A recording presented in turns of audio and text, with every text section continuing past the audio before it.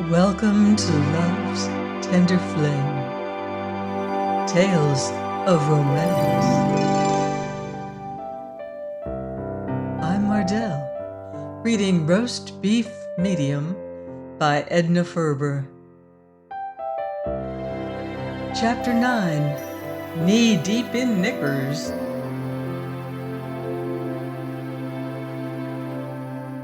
When the column of figures under the heading known as Profits and the column of figures under the heading known as Loss are so unevenly balanced that the wrong side of the ledger sags, then to the listening stockholders there comes the painful thought that at the next regular meeting it is perilously possible that the reading may come under the heads of assets and liabilities. There had been a meeting in the offices of the T.A. Buck Featherloom Petticoat Company, New York. The quarterly report had had a startlingly lopsided sound. After it was over, Mrs. Emma McChesney, secretary of the company, followed T.A. Buck, its president, into the big bright showroom. T.A. Buck's hands were thrust deep into his pockets. His teeth worried a cigar savagely. Care, that clawing, mouthing hag perched on his brow, tore at his heart. He turned to face Emma McChesney. "Well," he said bitterly, "it hasn't taken us long, has it? Father's been dead a little over a year. In that time, we've just about run this great concern, the pride of his life, into the ground." Mrs. Emma McChesney, calm, cool, unruffled, scrutinized the harassed man before her for a long minute. "What rotten football material you would have made, wouldn't you?"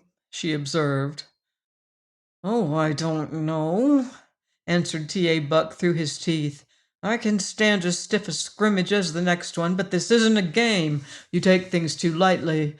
You're a woman. I don't think you know what this means." Emma McChesney's lips opened, as do those of one whose tongue's end holds a quick and stinging retort. Then they closed again. She walked over to the big window that faced the street. When she had stood there a moment silent, she swung around and came back to where T.A. Buck stood, still wrapped in gloom. "Maybe I don't take myself seriously. I'd have been dead 10 years ago if I had, but I do take my job seriously. Don't forget that for a minute. You talk the way a man always talks when his pride is hurt." "Pride? It isn't that." "Oh, yes, it is. I didn't sell T.A. Buck's Featherloom Petticoats on the road for almost 10 years without learning a little something about men and business. When your father died and I learned that he had shown his appreciation of my work and loyalty by making me secretary of this great company, I didn't think of it as a legacy, a stroke of good fortune. No, no. To me, it was a sacred trust, something to be guarded, nursed, cherished. And now you say we've run this concern into the ground. Do you honestly think that?" T.A. shrugged impotent shoulders. "Figures don't lie." He plunged into another fathom of gloom. "Another year like this and we're done for." Emma McChesney came over and put one firm hand on T.A. Buck's drooping shoulder. It was a strange little act for a woman, the sort of thing a man does when he would hearten another man. "Wake up," she said lightly. "Wake up and listen to the birdies sing. There isn't going to be another year like this. Not if the planning and scheming and brain racking that I've been doing for the last 2 or 3 months mean anything." T.A. Buck seated himself as one who was weary, body and mind. "Got another new one?" Emma McChesney regarded him a moment thoughtfully. Then she stepped to the tall showcase, pushed back the sliding glass door, and pointed to the rows of brilliant-hued petticoats that hung close packed within. Look at 'em, she commanded, disgust in her voice. Look at 'em. T.A. Buck raised heavy, lackluster eyes and looked. What he saw did not seem to interest him. Emma McChesney drew from the rack a skirt of king's blue satin messaline and held it at arm's length. And they call that thing a petticoat. Why, 15 years ago, the material in this skirt wouldn't have made even a fair-sized sleeve. T.A. Buck regarded the petticoat moodily. I don't see how they get around in the darn things. I honestly don't see how they wear 'em. That's just it. They don't wear 'em. There you have the root of the whole trouble. Oh, nonsense, disputed T.A. They certainly wear something, some sort of. I tell you, they don't. Here, listen. 3 years ago, our taffeta skirts ran from 36 to 38 yards to the dozen. We paid from 90 cents to $1.05 a yard. Now, our skirts run from 25 to 28 yards to the dozen. The silk costs us from 50 to 60 cents a yard. Silk skirts used to be a luxury, now they're not even a necessity.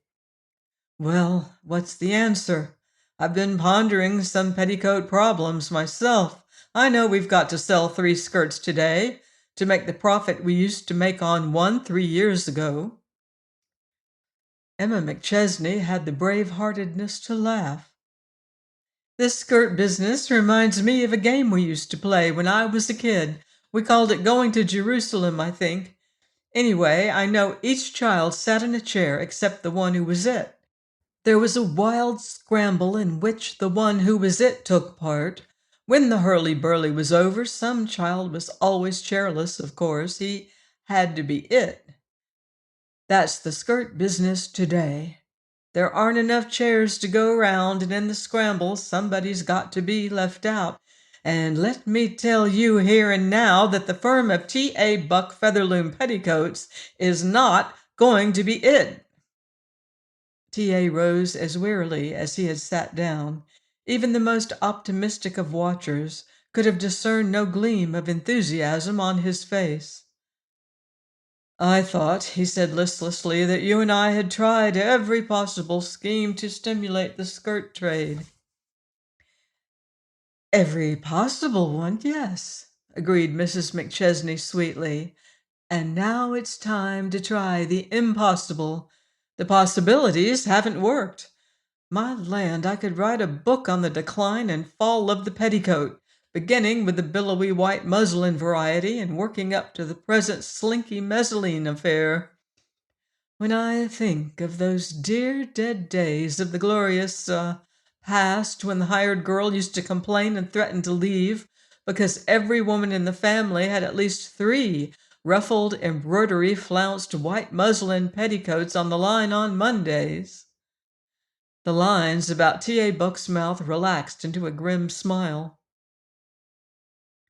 Remember that feature you got them to run in the Sunday Sphere, the one headed Our Skirts Growing Fuller and Where? Do I remember it? Wailed Emma McChesney. And can I ever forget the money we put into that fringed model we called the Carmencita? We made it up so it could retail for $1.95. I could have sworn that women would maim each other to get it. But it didn't go. They won't even wear fringe around their ankles. T.A.'s grim smile stretched into a reminiscent grin. But nothing in our whole hopeless campaign could touch your Municipal Purity League agitation for the abolition of the form-hugging skirt. You talked public morals until you had A. Comstock and Lucy Page Gaston looking like Parisian Apaches. A little laugh rippled up to Emma McChesney's lips, only to die away in a sigh. She shook her head in sorrowful remembrance. Yes, but what good did it do? The newspapers and magazines did take it up, but what happened? The dressmakers and tailors, who were charging more than ever for their work, and putting in half as much material, got together and knocked my plans into a cocked hat.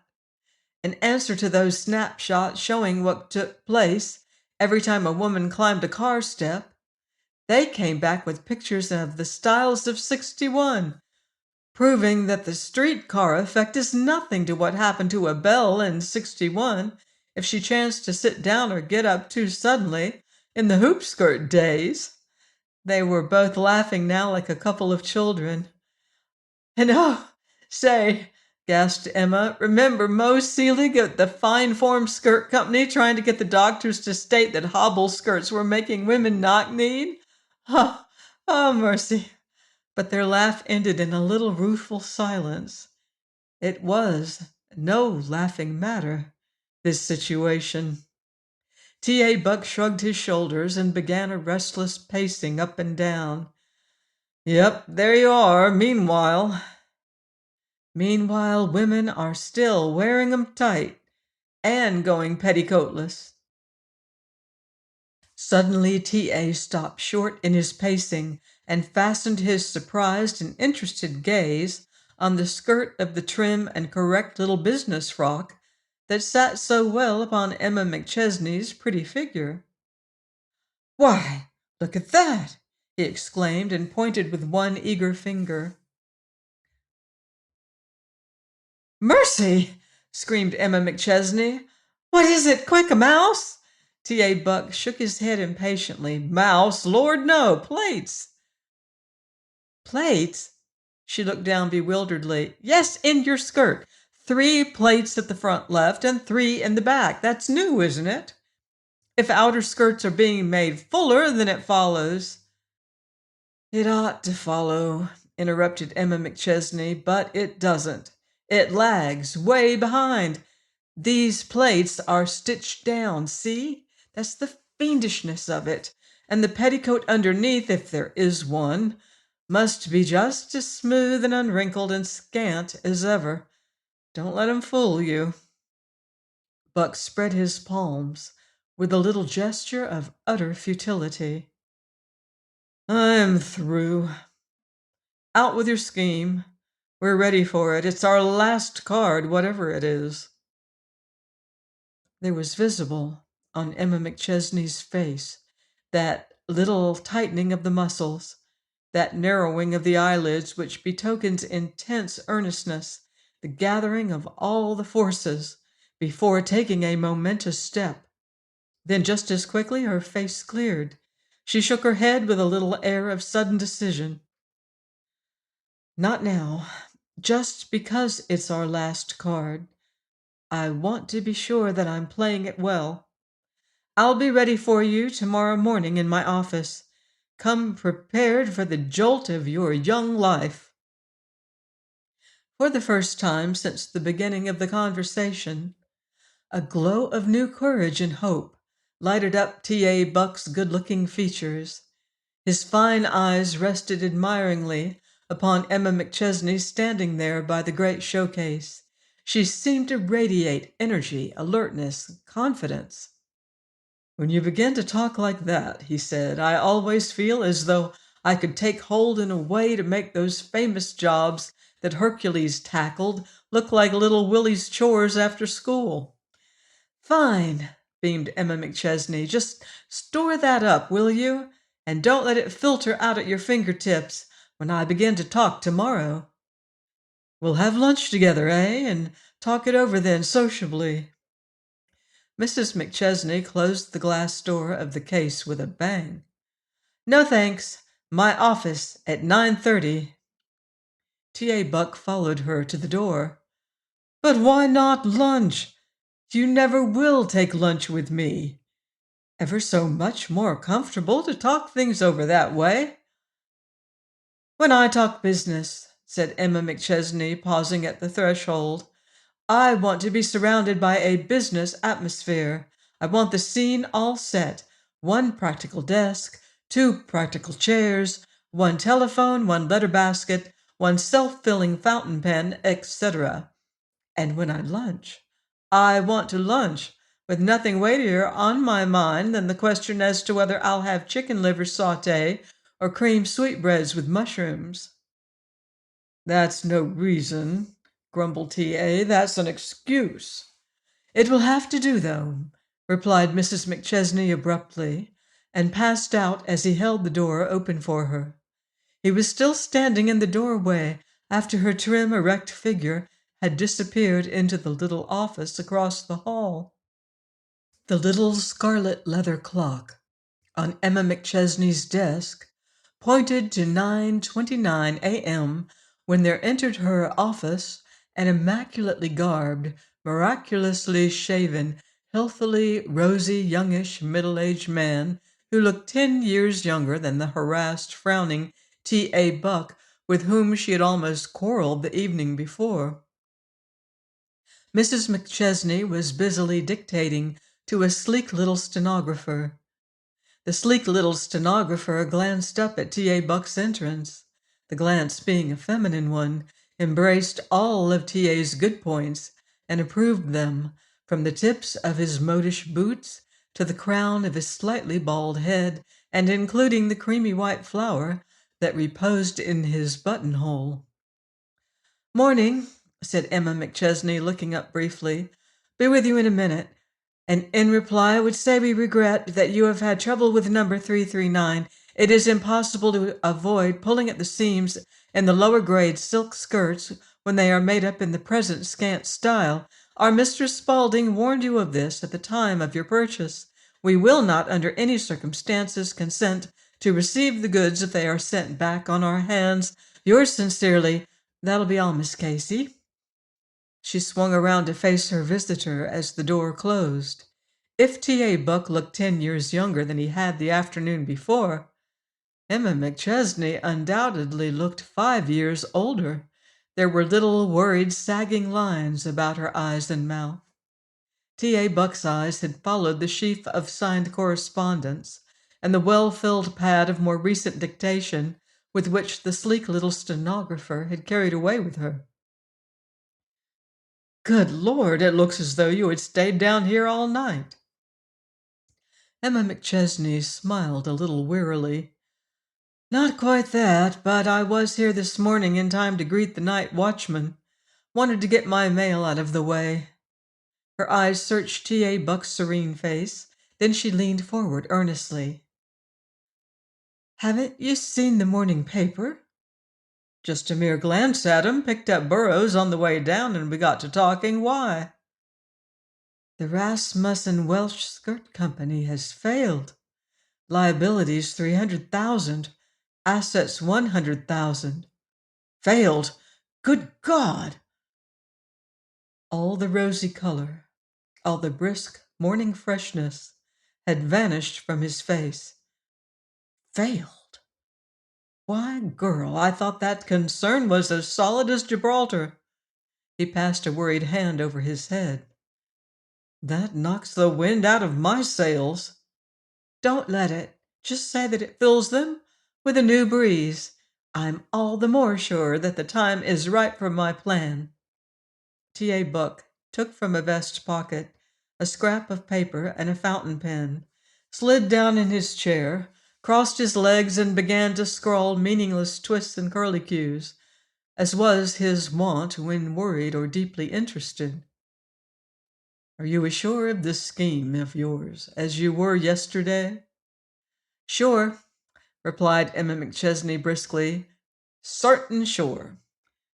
"Then fire away." Mrs. McChesney leaned forward, breathing a trifle fast. Her eyes were fastened on her listener. "Here's the plan. We'll make Featherloom petticoats because there are still some women who have kept their senses, but we'll make them as a sideline.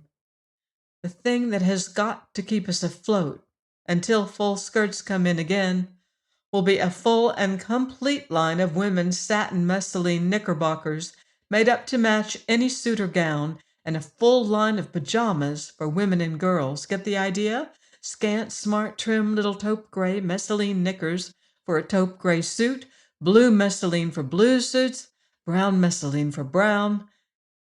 T.A. Buck stared open-mouthed, the paper on which he had been scrawling fluttering unnoticed to the floor. "Look here," he interrupted. "Is this supposed to be humorous?" And, went on Emma McChesney calmly, in our full and complete, not to say nifty line of women's pajamas, pink pajamas, blue pajamas, violet pajamas, yellow pajamas, white silk. T.A. Buck stood up. I want to say, he began, that if you are jesting, I think this is a mighty poor time to joke. And if you are serious, I can only deduce from it that this year of business worry and responsibility has been too much for you. I'm sure that if you are... That's all right, interrupted Emma McChesney. Don't apologize. I purposely broke it to you this way, when I might have approached it gently. You've done just what I knew you'd do, so it's all right. After you've thought it over and got sort of chummy with the idea, you'll be just as keen on it as I am. Never! Oh, yes, you will. It's the knickerbocker end of it that scares you. Nothing new or startling about pajamas, except that more and more women are wearing them, and that no girl would dream of going away to school without her 6 sets of pajamas. Why, a girl in a regulation nightie at one of their midnight spreads would be ostracized. Of course, I've thought up a couple of new kinks in 'em, new ways of cutting and all that, and there's one model, a washable crepe for traveling, that doesn't need to be pressed.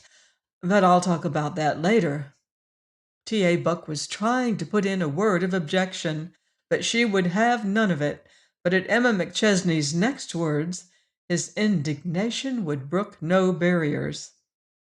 Now, she went on, the feature of the Knickerbockers will be this. They've got to be ready for the boys' spring trip, and in all the larger cities, especially in the hustling Midwestern towns and along the coast, too, I'm planning to have the Knickerbockers introduced at private and exclusive exhibitions and worn by, get this please, worn by living models. One big store in each town, see? Half a dozen good-looking girls. Never! Shouted T.A. Buck, white and shaking. Never! This firm has always had a name for dignity, solidness, conservation. Then it's just about time it lost that reputation. It's all very well to hang on to your dignity when you're on solid ground, but when you feel things slipping from under you, the thing to do is to grab onto anything that'll keep you on your feet for a while at least. I tell you, the women will go wild over this Knickerbocker idea. They've been waiting for it. It's a wildcat scheme, disputed Buck hotly. It's a drowning man's straw and just about as helpful. I'm a reasonable man. All unreasonable men say that, smiled Emma McChesney. I'm a reasonable man, I say, and heaven knows I have the interest of this firm at heart. But this is going too far. If we're going to smash, we'll go decently, and with our name untarnished. Pajamas are bad enough, but when it comes to the firm of T.A. Buck being represented by living models, hussies stalking about in satin tights like chorus girls, why... In Emma McChesney's alert, electric mind, there leapt about a dozen plans for winning this man over. For win him she would in the end. It was merely a question of method. She chose the simplest. There was a set look about her jaw, her eyes flashed, 2 spots of carmine glowed in her cheeks. I expected just this, she said, and I prepared for it. She crossed swiftly to her desk, opened a drawer, and took out a flat package. I expected opposition. That's why I had these samples made up to show you. I designed them myself, tore up 50 patterns before I struck one that suited me. Here are the pajamas. She lifted out a dainty shell pink garment and shook it out before the half-interested, half-unwilling eyes of T.A. Buck. This is the jacket, buttons on the left, see? Instead of the right, as it would in a man's garment. Semi-sailor collar, with knotted soft silk scarf. Oh, it's just a little kink, but they'll love it. They're actually becoming. I've tried 'em. Notice the frogs and cord. Pretty neat, yes? A slight flare at the hips makes 'em set and hang right, perfectly straight like a man's coat. T.A. Buck eyed the garments with a grudging admiration. Oh, that part of it don't sound so unreasonable, although I don't believe there is much of a demand for that kind of thing. But the knickerbocker things, that's not even practical. It will make an ugly garment, and the woman who would fall for a fad like that wouldn't be of the sort to wear an ugly piece of lingerie. It isn't to be thought of seriously. Emma McChesney stepped to the door of the tiny washroom of her office and threw it open. Miss Lenoyes, we're ready for you. And there emerged from the inner room a trim, lithe, almost boyishly slim figure, attired in a bewitching, skittish-looking garment consisting of knickerbockers and snug brassiere of king's blue satin messaline. Dainty black stockings and tiny buckled slippers set off the whole effect. Miss Lenoyes, said Emma McChesney almost solemnly, this is Mr. T.A. Buck, president of the firm. Miss Lenoyes of the Gay Social Whirl Company. Miss Lenoyes bowed slightly and rested one white hand at her side in an attitude of nonchalant ease. Pleased, I'm sure, she said in a high, clear voice. And charmed, replied T.A. Buck, his years and breeding standing him in good stead now. Emma McChesney laid a kindly hand on the girl's shoulder. Turn slowly, please. Observe the absence of unnecessary fullness about the hips or at the knees. No wrinkles to show there. No man will ever appreciate the fine points of this little garment but the women. To the left, Miss Noyes. You'll see it fastened snug and trim with a tiny clasp just below the knees. This garment has the added attraction of being fastened to the upper garment, a tight satin brassiere. The single unattached garment is just as satisfactory, however. Women are wearing plush this year, not only for the street, but for evening dresses. I rather think they'll fancy a snappy little pair of yellow satin knickers under a gown of the new orange plush, or a taupe pair under a gray street suit, or a natty little pair of black satin, finished and piped in white satin, to be worn with a black and white shopping costume. Why, I haven't even worn a petticoat since I— Do you mean to tell me, burst from the long-pent T.A. Buck, that you wear 'em too? Crazy about 'em. Miss Lenoyes, will you just slip on your street skirt, please? She waited in silence until the demure Miss Lenoyes reappeared. A narrow, straight-hanging, wrinkleless cloth skirt covered the much-discussed undergarment. Turn slowly, please. Thanks. You see, Mr. Buck? Not a wrinkle. No bunchiness, no lumps, no crawling up about the knees. Nothing but ease and comfort and trim good looks. T.A. Buck passed his hand over his head in a dazed, helpless gesture.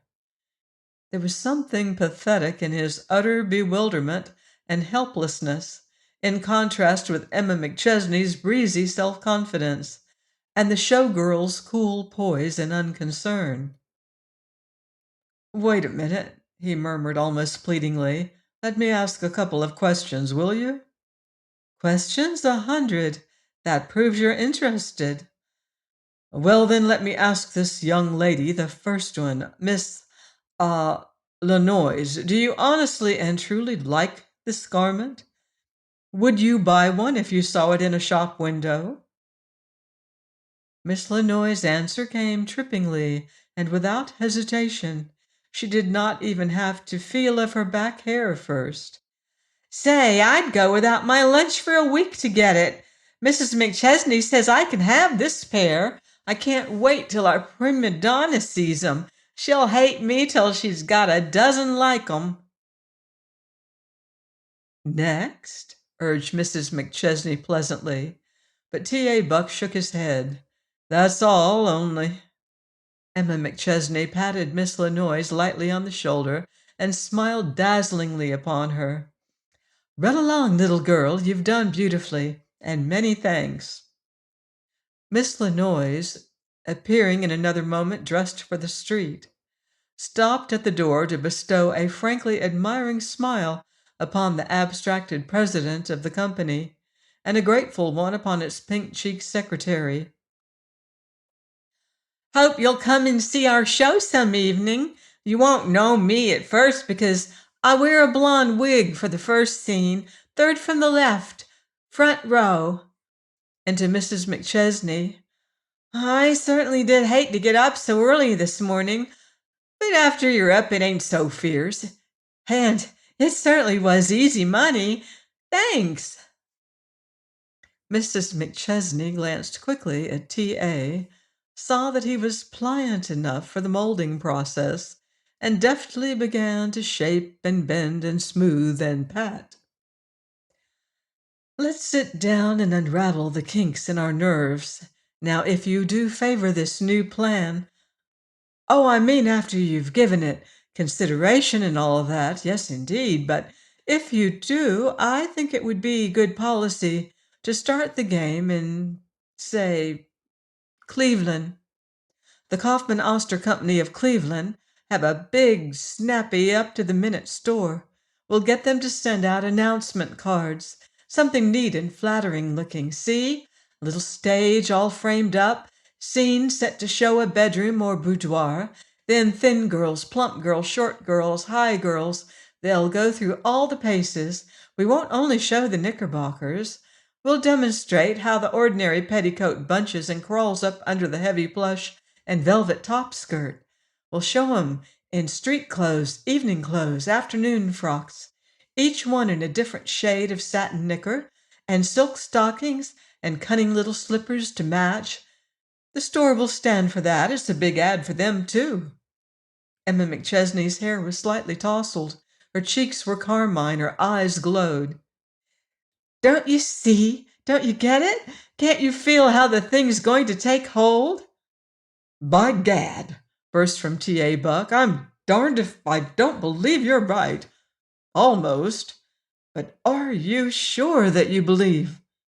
Emma McChesney brought one little white fist down into the palm of the other hand. Sure? Why, I'm so sure that when I shut my eyes I can see T.A. Sr. sitting over there in that chair, tapping the side of his nose with the edge of his tortoiseshell-rimmed glasses, and nodding his head with his features all screwed up like a blessed old gargoyle, the way he always did when something tickled him. That's how sure I am. T.A. Buck stood up abruptly. He shrugged his shoulders. His face looked strangely white and drawn. I'll leave it to you. I'll do my share of the work. But I'm not more than half convinced, remember? That's enough for the present, answered Emma McChesney briskly. Well, now, suppose we talk machinery and girls and cutters for a while. 2 months later found T.A. Buck and his sales manager both shirt-sleeved, both smoking nervously, as they marked ticketed, folded, arranged. They were getting out the travelers' spring lines. Entered Mrs. McChesney and stood eyeing them worriedly. It was her 12th visit to the stockroom that morning. A strange restlessness seemed to trouble her. She wandered from office to showroom, from showroom to factory. What's the trouble? Inquired T.A. Buck, squinting up at her through a cloud of cigar smoke. Oh, nothing, answered Mrs. McChesney, and stood fingering the piles of glistening satin garments, a queer, far-away look in her eyes. Then she turned and walked listlessly toward the door. There she encountered Spaulding, Billy Spaulding, of the coveted Middle Western Territory. Billy Spaulding, the long-headed, quick-thinking Spaulding, the persuasive Spaulding the mixer, Spaulding on whom depended the fate of the T.A. Buck Featherloom knickerbocker and pajama. Morning. When do you start out? She asked him. In the morning. Gad, that's some line. What? I'm itching to spread it. You're certainly a wonder child, Mrs. McChesney. Why, the boys. Emma McChesney sighed somberly. That line does sort of, well, tug at your heartstrings, doesn't it? She smiled almost wistfully. Say, Billy, when you reach the Eagle House at Waterloo, tell Annie, the head waitress, to rustle you a couple of Mrs. Trout's dill pickles. Tell her Mrs. McChesney asked you to. Mrs. Trout, the proprietor's wife, doles 'em out to her favorites. They're crisp, you know, and firm and juicy and cold and briny. Spaulding drew a sibilant breath.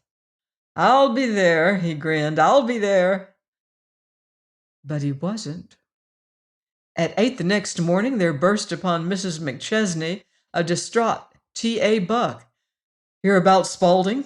He demanded. Spaulding? No. His wife phoned from St. Luke's, taken with an appendicitis attack at midnight. They operated at 5 this morning. One of those had it been 24 hours later, etc. operations. That settles us. Poor kid, replied Emma McChesney. Rough on him and his brand new wife. Poor kid, yes, but how about his territory? How about our new line? How about... Oh, that's all right, said Emma McChesney cheerfully. I'd like to know how we haven't a man equal to the territory. He's our one best bet. Oh, that's all right, said Mrs. McChesney again smoothly. A little impatient exclamation broke from T.A. Buck. At that, Emma McChesney smiled. Her new listlessness and abstraction seemed to drop from her. She braced her shoulders and smiled her old, sunny, heartening smile. I'm going out with that line. I'm going to leave a trail of pajamas and knickerbockers from Duluth to Canton. You? No, you won't. A dull, painful red had swept into T.A. Buck's face. It was answered by a flood of scarlet in Mrs. McChesney's countenance. I don't get you, she said. I'm afraid you don't realize what this trip means. It's going to be a fight. They'll have to be coaxed and bullied and cajoled and reasoned with. It's going to be a show-me trip. T.A. Buck took a quick step forward. That's just why. I won't have you fighting with buyers, taking their insults, kowtowing to them, salving them. It isn't woman's work. Emma McChesney was sorting the contents of her desk with quick, nervous fingers. I'll get the 20th century, she said over her shoulder. Don't argue, please. If it's no work for a woman, then I suppose it follows that I'm unwomanly. For 10 years I traveled this country, selling T.A. Buck's featherloom petticoats. My first trip on the road, I was in the 20s. And pretty, too. I'm a woman of 37 now. I'll never forget that first trip.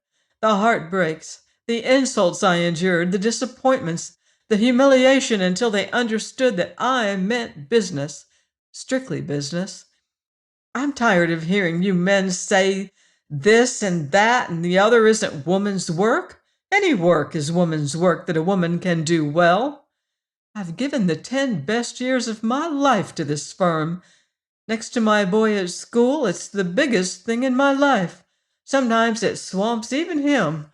Don't come to me with that sort of talk. She was locking drawers, searching pigeonholes, skimming files. This is my busy day. She arose and shut her desk with a bang, locked it, and turned a flushed and beaming face toward T.A. Buck as he stood frowning before her. Your father believed in me from the ground up. We understood each other, he and I. You've learned a lot in the last year and a half, T.A. Jr. that was, but there's one thing you haven't mastered. When will you learn to believe in Emma McChesney? She was out of the office before he had time to answer, leaving him standing there. In the dusk of a late winter evening, just 3 weeks later, a man paused at the door of the unlighted office marked Mrs. McChesney. He looked about a moment, as though dreading detection. Then he opened the door, stepped into the quiet dim of the little room, and closed the door gently after him. Everything in the tiny room was quiet, neat, orderly. It seemed to possess something of the character of its absent owner. The intruder stood there a moment, uncertainly looking about him. Then he took a step forward and laid one hand on the back of the empty chair before the closed desk. He shut his eyes, and it seemed that he felt her firm, cool, reassuring grip on his fingers as they clutched the wooden chair. The impression was so strong that he kept his eyes shut, and they were still closed when his voice broke the silence of the dim, quiet little room. "Emma McChesney," he was saying aloud. "Emma McChesney, you great, big, fine, brave, wonderful woman, you. I believe in you now.